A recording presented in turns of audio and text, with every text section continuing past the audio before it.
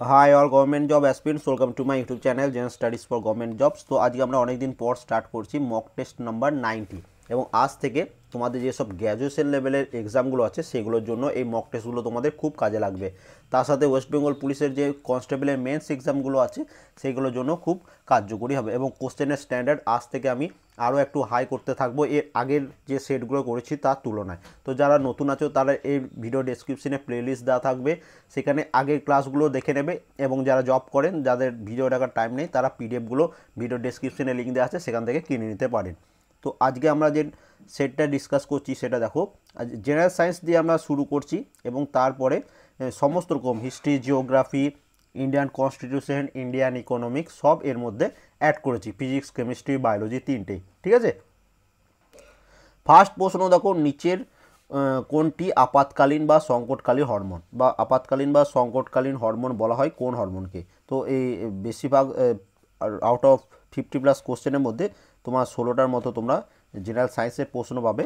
ঠিক আছে, তো ফার্স্ট প্রশ্ন, এটার অ্যান্সার কী হচ্ছে তাড়াতাড়ি কমেন্ট করো। তো এটা অ্যান্সার তোমরা সবাই জানো, অ্যাড্রিনালিন হরমোন। 2 নম্বর প্রশ্নটা অনেকজনে জানে না, তাও আমি বলে দিচ্ছি, দেখো অ্যান্সার করার চেষ্টা করবে। অ্যাক্রোমিক্রিয়া কোন হরমোনের স্বল্প ক্ষরণের ফলে ঘটে? দেখো অ্যাক্রোমিক্রিয়া এইটি যারা প্রাপ্তবয়স্ক মানুষ তাদের ঘটে থাকে কোন হরমোনের স্বল্প ক্ষরণে? তো এটা মনে রাখবে, এটা এসটিএইচ এই হরমোনের কম ক্ষরণে ঘটে থাকে এই অ্যাক্রোমিক্রিয়া রোগটি। এবং এসটিএইচ এর ফুল ফর্ম কি? এর ফুল ফর্ম হচ্ছে সোমাটোট্রপিক হরমোন বা এটাকে গ্রোথ হরমোনও বলা হয়ে থাকে। ঠিক আছে, ফুল ফর্মগুলো জেনে রাখবে। 3 নম্বর দেখো, মিক্সিডিমা রোগ কোন হরমোনের স্বল্প ক্ষরণজনিত ফল বা কোন হরমোনের স্বল্প ক্ষরণে মিক্সিডিমা রোগটি হয়ে থাকে? তাড়াতাড়ি কমেন্ট করো। 3 নম্বর, এটির অ্যান্সার হচ্ছে টিএসএইচ হরমোন। টিএসএইচ হরমোনের ফুল ফর্ম কি? এর ফুল ফর্ম হচ্ছে thyroid stimulating hormone. Option B হচ্ছে এটার অ্যান্সার। নিম্নলিখিত কোনটির অভাবে রক্তে শর্করার পরিমাণ বাড়ে? তাড়াতাড়ি কমেন্ট করো, নিম্নলিখিত কোনটির অভাবে রক্তে শর্করার পরিমাণ বাড়ে? তো এখানে এটা অ্যান্সার হয়ে যাচ্ছে ইনসুলিন। এবং ইনসুলিন কোথা থেকে খরিদ হয় যদি জানা থাকে কমেন্ট করবে, আমি বলে দিচ্ছি সেটাও মনে রাখতে পারো যারা জানো না। তো সেটা হচ্ছে অগ্নাশয়ের আইলেটস অফ ল্যাঙ্গারহ্যান্স এর বিটা কোষ থেকে এই ইনসুলিন খরিত হয়। তো এটা মনে রাখবে। অ্যাড্রিনাল গ্রন্থিকে উদ্দীপিত করে কোন হরমোন? অ্যাড্রিনাল গ্রন্থিকে উদ্দীপিত করে কোন হরমোন? কমেন্ট করো তাড়াতাড়ি। তো এটা মনে রাখবে, অ্যাড্রিনাল গ্রন্থিকে উদ্দীপিত করে এসিটিএইচ হরমোন। অপশন এ হচ্ছে এটার অ্যান্সার। এবার এসিটিএইচ এই হরমোনের ফুল ফর্ম কি? এর ফুল ফর্ম হচ্ছে অ্যাড্রিনোকর্টিকোট্রফিক হরমোন। আর একবার বলে দিচ্ছি, অ্যাড্রিনোকর্টিকোট্রফিক হরমোন। 6 নম্বর প্রশ্নে চলে আসি, বহুবার এই প্রশ্নটা রেলের NTPC, group D, West WBCS এবং মিসলিনিয়াস এই 4টে পরীক্ষা এবং তোমাদের যেটা পুলিশ সাব ইন্সপেক্টর সেখানে এসেছিলো। তো এখানে এটা মনে রাখবে, অগ্নাশয় একটি কি? অগ্নাশয় কেমন ধরনের গ্রন্থি? তো মনে রাখবে অগ্নাশয় এবং শুক্রাশয়, অগ্নাশয় এবং শুক্রাশয় এই দুটি হচ্ছে মিশ্র গ্রন্থি। ঠিক আছে, খুব ইম্পর্টেন্ট, বহুবার এই প্রশ্নটা সেম প্রশ্ন রিপিট হয়েছে। এবার দেখো, অন্তঃক্ষরা গ্রন্থি দুটি উদাহরণ হচ্ছে, এক হচ্ছে পিটুইটারি গ্রন্থি আর একটা হচ্ছে থাইরয়েড গ্রন্থি। তাহলে পিটুইটারি এবং থাইরয়েড এই দুটি হচ্ছে অন্তঃক্ষরা গ্রন্থি। এবং বহির্ক্ষরা গ্রন্থি দুটি উদাহরণ হচ্ছে, একটি হচ্ছে লালা গ্রন্থি এবং সেকেন্ড হচ্ছে যকৃৎ। ঠিক আছে, তাহলে 3টে উদাহরণ আমি তোমাকে দিয়ে দিলাম, তোমাদের এগুলোর মধ্যে উল্টোপাল্টা করে প্রশ্নটা আসবে। এবার দেখো এখানে কি বলেছে, ফারেনহাইট স্কেলে পরম শূন্য উষ্ণতার মান কত? সেলসিয়াস স্কেলে বলেনি কিন্তু। ঠিক আছে, এখানে এটা বলেছে ফারেনহাইট স্কেলে। তো ফারেনহাইট স্কেলে পরম শূন্য উষ্ণতার মান হচ্ছে -459.5 ডিগ্রি ফারেনহাইট। অপশন বি হচ্ছে এটার অ্যান্সার।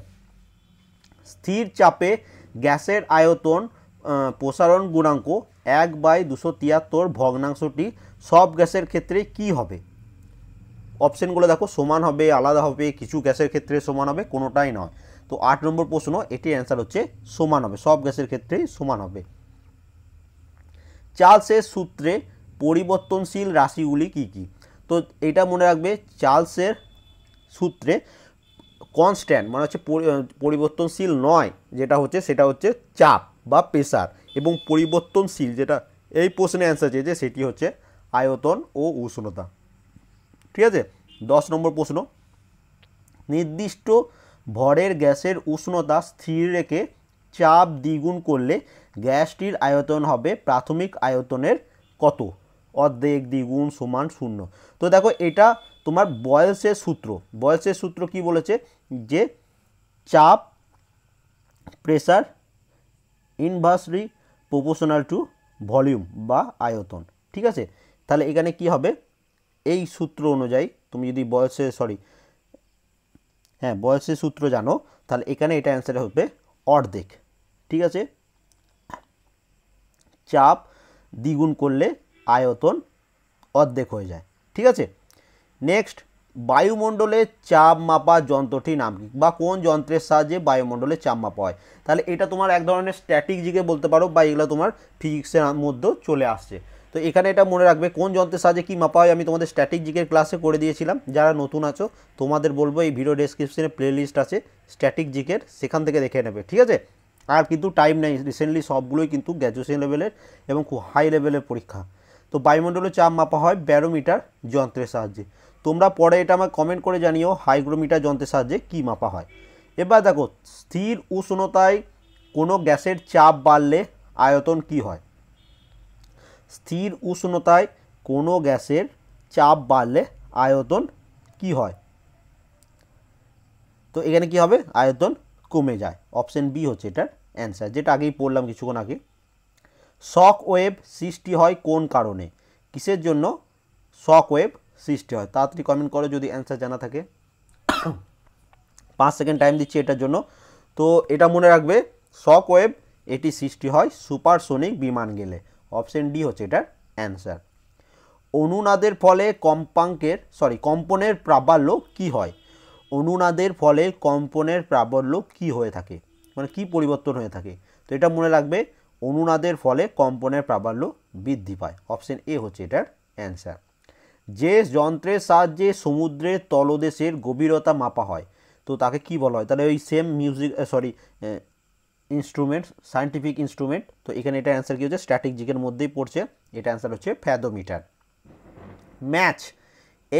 ম্যাচ নাম্বার এটি কিসের গতির সঙ্গে সম্পর্কযুক্ত? ম্যাচ নাম্বার এটি কোনটির গতির সাথে সম্পর্কিত? তো ম্যাচ নাম্বার এটা মনে রাখবে বিমান বা এয়ারক্রাফটের স্পিডের সাথে সম্পর্কিত। 17 নম্বর প্রশ্ন দেখো কি বলেছে, এখান থেকে তোমার একটু ইকোনমিক্সের প্রশ্ন চলে এলো। তো একটু দেখি কে কে ইকোনমিক্স ভালো পড়তে পারে। তো দেখো, নিম্নোক্ত পাবলিক সেক্টরগুলির মধ্যে কোনটি স্টেনলেস স্টিল উৎপাদন করে? এগুলো সবই হচ্ছে পাবলিক সেক্টর কোম্পানি, ঠিক আছে। তো এগুলোর মধ্যে কোনটি স্টেনলেস স্টিল উৎপাদন করে? তো এটা নতুন প্রশ্নটা একদম মনে রাখবে। এটার অ্যান্সার হচ্ছে কি সালেম স্টিল প্ল্যান্ট। এটা তোমাদের WBCS এবং তোমাদের NTPC এই দুটো পরীক্ষায় খুব কাজে লাগবে। এরপর দেখো, ক্ষুদ্র শিল্প উন্নয়ন ব্যাংকের প্রধান কার্যালয় কোথায়? মানে হচ্ছে SIDBI। এই bank small industrial development bank of India, ঠিক আছে। আগেও একদিন পড়িয়েছিলাম তোমাদের। তো এর হেডকোয়ার্টার কোথায় সেটা তোমাদের কমেন্ট করতে হবে। তো এখানে এটা অ্যান্সার কী হচ্ছে, এখানে এটা অ্যান্সার হচ্ছে লখনৌ। তো বিভিন্ন ব্যাংক এবং তার হেডকোয়ার্টার কোথায় অবশ্যই তোমাদের পড়ে রাখতে হবে, ঠিক আছে। 19 নম্বর, জাতীয় আয়ের হিসাব করা হয় কিভাবে? তো মনে রাখবে, ন্যাশনাল ইনকাম যেটা ক্যালকুলেট করা হয় সেটা করা হয় অর্থনৈতিক বছর, এবং অর্থনৈতিক বছরটা থাকে এপ্রিল মাস থেকে মার্চ মাস পর্যন্ত, মানে 1 এপ্রিল থেকে পরের বছরের 31 মার্চ পর্যন্ত। এটাকে বলা হয় ফিনান্সিয়াল ইয়ার, ঠিক আছে। এইটা মনে রাখবে, 1 এপ্রিল থেকে 31 মার্চ, 1 জানুয়ারি থেকে নয় কিন্তু, ঠিক আছে। 1 এপ্রিল থেকে 31 মার্চ, মানে এই বছরের 31 এপ্রিল থেকে পরের বছরের 31 মার্চ পর্যন্ত একটাকে ফিনান্সিয়াল ইয়ার ধরা হয়। তো অপশন এ হচ্ছে এটার অ্যান্সার। এটা ইন্ডিয়ান ইকোনমিক্সের প্রশ্ন, অবশ্যই মনে রাখবে। এই প্রশ্নটা দেখো তোমাদের সাব ইন্সপেক্টর এবং কনস্টেবল দুটো পরীক্ষায় এসছে এবং WBCSে অনেকবার রিপিট হয়েছে। তো তোমাদের অবশ্যই জানা দরকার, NTPCতেও এসেছে। ভারতে 1 টাকার নোটে কার সই ছাপা হয়? এটা পুলিশের পরীক্ষায় 3-4 বার রিপিট হয়েছে, ঠিক আছে। তো এটা মনে রাখবে, 1 টাকার নোটে অপশন সি অর্থমন্ত্রক সচিব হবে, ঠিক আছে। অর্থমন্ত্রক সচিবের সই থাকে। তো অপশন সি হচ্ছে এটার অ্যান্সার, ঠিক আছে। নেক্সট চলে আসি 21 নম্বর প্রশ্নে কী বলেছে দেখো, নিম্নোক্ত ক্ষেত্রে কোন বিষয়ে ভারত অত্যন্ত আত্মনির্ভরশীল নয়? তো এটা অপশন দেখলেই তোমরা এটা অ্যান্সার করে দিতে পারবে যে তেল উৎপাদনে। ভারতে তেল উৎপাদন হয় না খুব বেশি একটা, তো তেল অন্য দেশ থেকে ইম্পোর্ট করতে হয়, ঠিক আছে। তো এখানে তেল উৎপাদনে আত্মনির্ভরশীল নয়। নাগাল্যান্ডের রাজ্যপালকে কোন ধারায় রাজ্যের সকল প্রশাসনিক ক্ষমতা বা স্বেচ্ছাধীন ক্ষমতা প্রদান করা হয়েছে? তো দেখো এতদিন পর্যন্ত তোমরা পড়েছিলে আর্টিকেল 370 যেটা কাশ্মীর নিয়ে ছিল, তো সেটা এখন ব্যান্ড হয়ে গেছে, সেহেতু এটা তোমাদের আর কোনো কাজে লাগছে না। আর্টিকেল 370 থেকে আর জীবনে তোমাদের কোনো দিন প্রশ্ন আসবে না। এবার যেটা প্রশ্ন আসবে ওর কাছাকাছি বা রিলেটেড, তো এই প্রশ্নটা তোমাদের নতুন পড়াচ্ছি প্রথমবার। নাগাল্যান্ডের রাজ্যপালকে কোন ধারায় রাজ্যের সকল প্রশাসনিক ক্ষমতা বা স্বেচ্ছাধীন ক্ষমতা প্রদান করা হয়েছে? তো কে অ্যান্সার করতে পারে দেখি, এটা তাড়াতাড়ি কমেন্ট করো। তো এখানে এটা অ্যান্সার কি হচ্ছে আর্টিকেল 371A, অপশন বি হচ্ছে এটার অ্যান্সার। নেক্সট 23 নম্বর প্রশ্ন আমি তোমাদের আগেও পড়েছি। ভারতীয় সংবিধানের কোন ধারায় রাজ্যের সকল প্রশাসনিক ক্ষমতা রাজ্যপালের হাতে অর্পণ করা হয়েছে? এটা কত নম্বর আর্টিকেলে বলা আছে? প্রায় 4 থেকে 5 বার এটা আমি তোমাদের আগের মক টেস্টগুলোতে রিপিট করেছি। তো এটা অ্যান্সার কি হচ্ছে আর্টিকেল 154। এবার কিছু প্রশ্ন যেটা তোমরা আগে কোনোদিন পড়োনি, একটু কঠিন লাগতে পারে।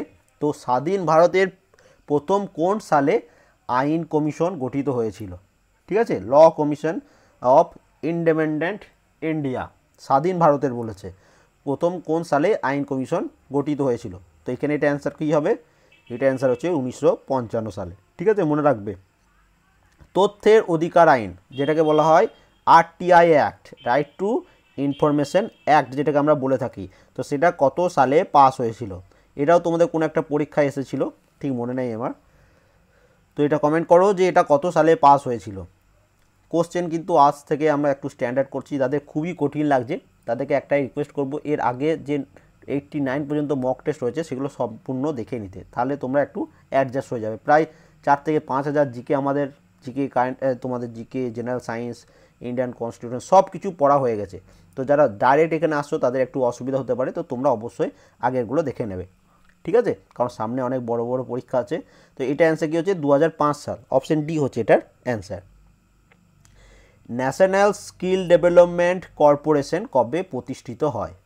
ন্যাশনাল স্কিল ডেভেলপমেন্ট কর্পোরেশন এটি কবে প্রতিষ্ঠা হয়েছিল বা প্রতিষ্ঠিত হয়? তো এটা প্রতিষ্ঠিত হয়েছিল 2008 সালে 31 জুলাই, ঠিক আছে। এই সালটাও মনে রাখবে, কারণ WBCS বা আরও যে সমস্ত গ্র্যাজুয়েশন লেভেলের পরীক্ষা আছে সেখানে কি করে তারা একটু কোশ্চেনটাকে স্ট্যান্ডার্ড করার জন্য ডেটটাকে দিয়ে দেয়, সালের সাথে ডেট, তখন আমরা কনফিউজ হয়ে যাই, সালটা মনে থাকলেও ডেটটা মনে থাকে না। একাদশ পঞ্চবার্ষিকী পরিকল্পনার রূপকারকে? তো 11th 5-year প্ল্যান, পঞ্চবার্ষিকী পরিকল্পনা মনে হচ্ছে 5-year প্ল্যান, তো এই 11th 5-year প্ল্যানের রূপকার কে ছিলেন? তো এটির এবং এটা মনে রাখবে 2007 সাল থেকে 2012 সাল পর্যন্ত এই একাদশতম পঞ্চবার্ষিকী পরিকল্পনা হয়েছিল এবং এর রূপকার ছিলেন professor C Rangarajan, option C হচ্ছে এটার answer. The commission for protect of child right act এটি কবে অনুমোদিত হয়? তার আরেকবার বলছি, the commission for protection of child right act এটি কবে অনুমোদিত হয়? 28 নম্বর প্রশ্ন, তাড়াতাড়ি কমেন্ট করো। তো এটা মনে রাখবে, যদি না এগুলো অ্যান্সার না করতে পারো কোনো ভয় নেই, কারণ এগুলো আমি প্রথমবারই পড়াচ্ছি, এরপরে আবার যখন রিপিট করব তখন দেখবে তোমরা এগুলোর অ্যান্সার করতে পারছো। তো এটা অ্যান্সার কী হচ্ছে 2005 সাল 31 ডিসেম্বর, যত সম্ভব ডিসেম্বর মাসেই হয়েছিল, 31 ডিসেম্বরই হয়েছিল। তো অপশন সি, অনেক সময় দেখবে 2006 সালও দেওয়া থাকে অপশানে, তো এটা মনে রাখবে 31 ডিসেম্বর হয়েছিল, তো 2005 না থাকলে 2006 তোমরা করতে পারো। National commission for women's act কবে পাস হয়? National commission for women's act এটি কবে পাস হয়? তো এটি পাস হয়েছিল 1990 সালে। এবার দেখি কি এটা অ্যান্সার করতে পারে। জিওগ্রাফি থেকে প্রশ্ন, এবার থেকে জিওগ্রাফি একটু বেশি প্রশ্ন, কারণ আমরা হিস্ট্রি অনেক প্রশ্ন পড়ে নিয়েছি এতদিন, প্রচুর প্রশ্ন হিস্ট্রি থেকে পড়েছি, জিওগ্রাফি থেকে একটু কম পড়া হয়েছে। তো পৃথিবীর দীর্ঘতম পর্বতশ্রেণী কোনটি? দেখো এটা ওয়ার্ল্ডের করছি একটাই কারণ, যারা এনটিপিসি দেবে তোমাদের এই যারা গ্র্যাজুয়েশন পাস আছে তোমরা বেশিরভাগই সবাই এনটিপিসির জন্য ফর্ম ফিল আপ করেছো এবং এনটিপিসিতে ওয়ার্ল্ড জিওগ্রাফি থেকে প্রশ্ন আসবে, তো এটা তোমার ওয়ার্ল্ড জিওগ্রাফির মধ্যে পড়ছে, ঠিক আছে। তো পৃথিবীর দীর্ঘতম পর্বতশ্রেণী কোনটি? তো পৃথিবীর দীর্ঘতম পর্বতশ্রেণী হচ্ছে আন্দিজ পর্বতশ্রেণী। এটি দক্ষিণ আমেরিকায় অবস্থিত এবং এর বিস্তার হচ্ছে প্রায় 7,000 কিলোমিটার। ঠিক আছে, আন্দিজ পর্বতের বিস্তার হচ্ছে প্রায় 7,000 কিলোমিটার। এবার চলে আসি 31 নম্বর প্রশ্নে। এটা তোমরা সবাই পারবে, একটু ইজি প্রশ্ন রেখেছি। হাজার হ্রদের দেশ বলা হয় কোনটি? Land of thousand lake. কোন কান্ট্রি বা কোন দেশকে বলা হয়ে থাকে? তো এটা বলা হয়ে থাকে কাকে? ফিনল্যান্ডকে। অপশন বি হচ্ছে এটার অ্যান্সার। ঠিক আছে, নেক্সট, ভারতে সর্বনিম্ন বৃষ্টিপাত কোথায় হয়? ভারতে বলেছে, তো ভারতে সর্বনিম্ন বৃষ্টিপাত হয়ে থাকে লেহ। লেহ লাদাখ তোমরা নাম শুনেছো, সেই লেহতে এটা হয়ে থাকে। তো অপশন ডি হচ্ছে এটার অ্যান্সার। নিচের কোনটিকে বলা হয় নীল নদের দান? তাড়াতাড়ি কমেন্ট করো, এটা ইজি প্রশ্ন আছে, তোমরা সবাই পারবে। নীল নদের দান বলা হয় কোনটিকে? তো এটা বলা হয় ইজিপ্টকে। অপশন এ হচ্ছে এটার অ্যান্সার। কালাহারি মরুভূমি কোথায় অবস্থিত? এনটিপিসি ফেভারিট প্রশ্ন। তো কালাহারি মরুভূমি এটি কোথায় অবস্থিত? তো এটা মনে রাখবে, কালাহারি মরুভূমি এটি দক্ষিণ পশ্চিম আফ্রিকাতে অবস্থিত। নিচের কোন পর্বতমালা সাহাদ্রি পর্বতশ্রেণী নামেও পরিচিত? সাহাদ্রি পর্বতশ্রেণী নামে পরিচিত কোন পর্বতমালা? তো এটা অ্যান্সার হচ্ছে পশ্চিমঘাট পর্বতমালা। ঠিক আছে, অপশন বি হচ্ছে এটার অ্যান্সার। বাংলা দুঃখ কাকে বলা হয়? তো বাংলা দুঃখ দামোদর নদী। Option A. যত সময় এটা তোমাদের এক্সাইজ কনস্টেবল এরকমই একটা প্রশ্ন এসেছিল, যারা এক্সাইজ কনস্টেবল দিয়েছে তারা বলতে পারবে। পৃথিবীর দীর্ঘতম গিরিখাত গ্র্যান্ড ক্যানিয়নের উৎপত্তি কোন নদীতে হয়েছে? তো দেখো, এটাও এনটিপিসির জন্য তোমাদের জন্য বানিয়েছি, কারণ ওয়ার্ল্ড জিওগ্রাফি থেকে এনটিপিসিতে বেশি প্রশ্ন আসবে, মানে জিওগ্রাফির ক্ষেত্রে বলছি। পৃথিবীর দীর্ঘতম গিরিখাত গ্র্যান্ড ক্যানিয়ন উৎপত্তি হয়েছে কলোরাডো নদীতে। অপশন সি হচ্ছে এটার অ্যান্সার।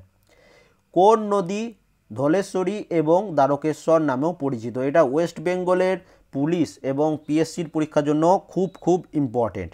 তো এটা মনে রাখবে, ধলেশ্বরী এবং দ্বারকেশ্বর নামে পরিচিত হচ্ছে রূপনারায়ণ নদী। তো এই নদী রিলেটেড প্রশ্ন বেশি পুলিশের পরীক্ষায় আসছে রিসেন্টলি। ঠিক আছে, এই নদীগুলির মধ্যে কোন নদী তিব্বত থেকে হিমাচল প্রদেশে প্রবেশ করেছে? নিম্নোক্ত এই নদীগুলির মধ্যে কোন নদীটি তিব্বত থেকে হিমাচল প্রদেশে প্রবেশ করেছে? তো এটা মনে রাখবে, এটা হচ্ছে শতদ্রু বা সুলতেজ রিভার নামে পরিচিত। বিজয়নগর রাজ্যে ধ্বংসাবশেষ কোন নদীর তীরে দেখা যায়? তো বিজয়নগর এটা তোমরা অনেকবার পড়েছি, কোনটা হচ্ছে তুঙ্গাভদ্র। অপশন এ হচ্ছে এটার অ্যান্সার। নিচের কোন নদীটি গ্রস্ত উপত্যকার মধ্যে দিয়ে প্রবাহিত হয়? গ্রস্ত উপত্যকা মানে হচ্ছে, যারা ইংলিশে পড়ছো তারা বুঝতে পারবে, রিফ্ট ভ্যালি যেটাকে বলা হয়, রিফ্ট ভ্যালি। তো রিফ্ট ভ্যালি নিচের কোন নদীটি গ্রস্ত উপত্যকার মধ্য দিয়ে প্রবাহিত হয়ে থাকে? তো এটা অ্যান্সার কী হচ্ছে? নর্মদা নদী। ঠিক আছে, অপশন ডি হচ্ছে এটার অ্যান্সার। দেখো, এটা একটা স্ট্যাটিক জিকে প্লাস তোমাদের জিওগ্রাফি হিসেবেও পড়তে পারো। হীরাকুন্দ বাঁধ কোন নদীর উপর অবস্থিত? তো এইটা আমরা সবাই মনে রাখবে মাহি নামে। আমি যেটা মনে রাখি মাহি।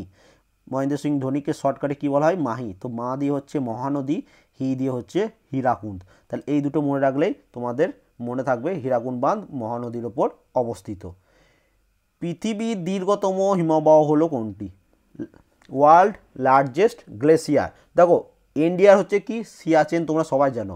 এবার বলছে এখানে ওয়ার্ল্ডের দীর্ঘতম হিমবাহ কোনটি? তো সেটা অ্যান্সার কী হচ্ছে? ল্যাম্বার্ট। এবং এই ল্যাম্বার্ট তোমার হিমবাহটি এটা লম্বা হচ্ছে প্রায় 400 কিলোমিটার। ঠিক আছে, এই ল্যাম্বার্ট, এবং এটা চওড়া হচ্ছে প্রায় 100 কিলোমিটার। তাই কত বড় ভেবে নাও। নেক্সট চলে আসি দুরানি এবার থেকে হিস্ট্রি কিছু প্রশ্ন রয়েছে তোমাদের জন্য। দুরানি বংশের প্রতিষ্ঠাতা কে? দুরানি বংশের প্রতিষ্ঠাতা, তো এটা মনে রাখবে, এটার অ্যান্সার হচ্ছে আহমদ শাহ দুরানি। অপশন বি হচ্ছে এটার অ্যান্সার। পশ্চিম ভারতে চালুক্য বংশের পরবর্তী রাজবংশ নিচে কোনটি? এটা ডাব্লিউবিসিএসের মানে টাইপের প্রশ্ন। তো যারা ডাব্লিউবিসিএস দিচ্ছ তারা এটা সবাই অ্যান্সার করবে, এরকম প্রশ্ন কিন্তু ডাব্লিউবিসিএসে আসবে। তো চালুক্য বংশের পর পরবর্তী যে রাজবংশটি রাজত্ব করেছিল সেটা হচ্ছে রাষ্ট্রকূট। এবং তাহলে এখান থেকে দুটো জিনিস তোমরা জানতে পারবে, যে চালুক্য বংশের শেষ সম্রাট কে ছিলেন? তো চালুক্য বংশের শেষ সম্রাট ছিলেন কীর্তিবর্মন II, এবং কীর্তিবর্মন টু বলা হয়, ঠিক আছে, এবং তাকে হারিয়ে দন্তি দুর্গ রাষ্ট্রকূট বংশের প্রতিষ্ঠা করে। তাহলে রাষ্ট্রকূট বংশের প্রতিষ্ঠা থেকে দন্তি দুর্গ, এটা তোমরা সবাই জানতে পেরে গেলে। এবার চলে আসি 46 নম্বর প্রশ্নে।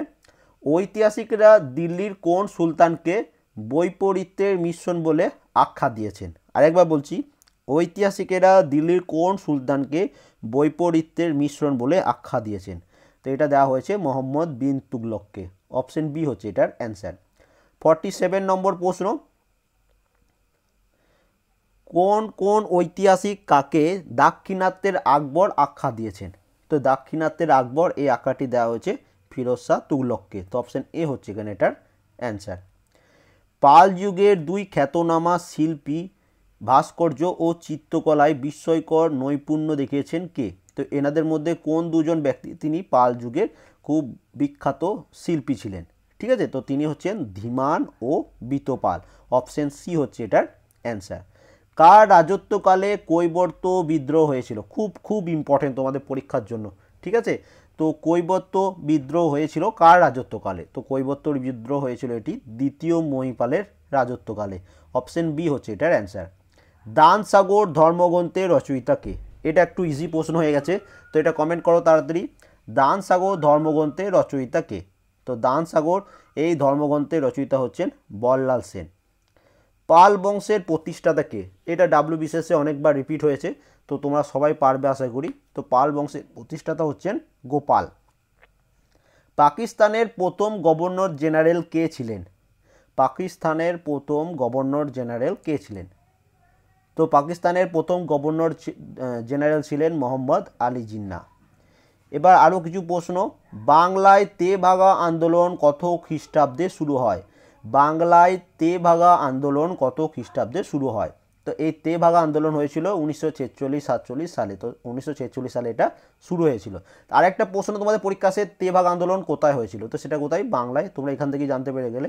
এবার দেখো, জেলে বসে ভ্যানগার্ড পত্রিকার, সরি এটা স্পেলিংটা হবে VAN, ঠিক আছে, ভ্যানগার্ড পত্রিকার প্রকাশ কে করতেন জেলে বসে? তো এটা করতেন MN রয়। অপশন ডি হচ্ছে এটার অ্যান্সার। আর কয়েকটি প্রশ্ন আছে, তাড়াতাড়ি অ্যান্সার করবে। কাজী নজরুল ইসলাম কোন রাজনৈতিক দলের প্রতিষ্ঠাতা? তাড়াতাড়ি কমেন্ট করো। কাজী নজরুল ইসলাম তিনি কোন রাজনৈতিক দলের প্রতিষ্ঠাতা? তো সেটা হচ্ছে লেবার স্বরাজ্য পার্টি। অপশন সি হচ্ছে এটার অ্যান্সার। এবার দেখো, এই ধরনের প্রশ্ন তোমরা গ্র্যাজুয়েশন লেভেলে প্রত্যেক পরীক্ষায় দেখতে পাবে। নৌ বিদ্রোহ কোথায় এবং কোন দিন শুরু হয়? এবার সালটা তো জানি আমরা 1946 সালে নৌ বিদ্রোহ হয়েছিল। এবার যেটা মেন আমাদের কনফিউজিং লাগে সেটা হচ্ছে কোন ডেটে হয়েছিল। দেখো সাল দেখো 3 জায়গাতেই একই আছে। এবার তোমাকে কনফিউজ হয়ে যাবে কোথায়। তো এটা ফার্স্ট একটা জিনিস সবাই মনে রাখো, সেটা হচ্ছে বোম্বেতে হয়েছিল। দেখো আর কোথাও বোম্বে নেই। আর একটা মনে রাখবে 18ই ফেব্রুয়ারি। তাহলে 18ই ফেব্রুয়ারি 1946 সালে বোম্বেতে নৌ বিদ্রোহ শুরু হয়েছিল। গণবাণী পত্রিকা কে সম্পাদনা করতেন? লাস্ট দুটি প্রশ্ন হয়েছে তোমাদের জন্য। গণবাণী পত্রিকা কে সম্পাদনা করতেন? তো এটা সম্পাদনা করতেন মুজাফফর আহমেদ। অপশন ডি হচ্ছে এটার অ্যান্সার।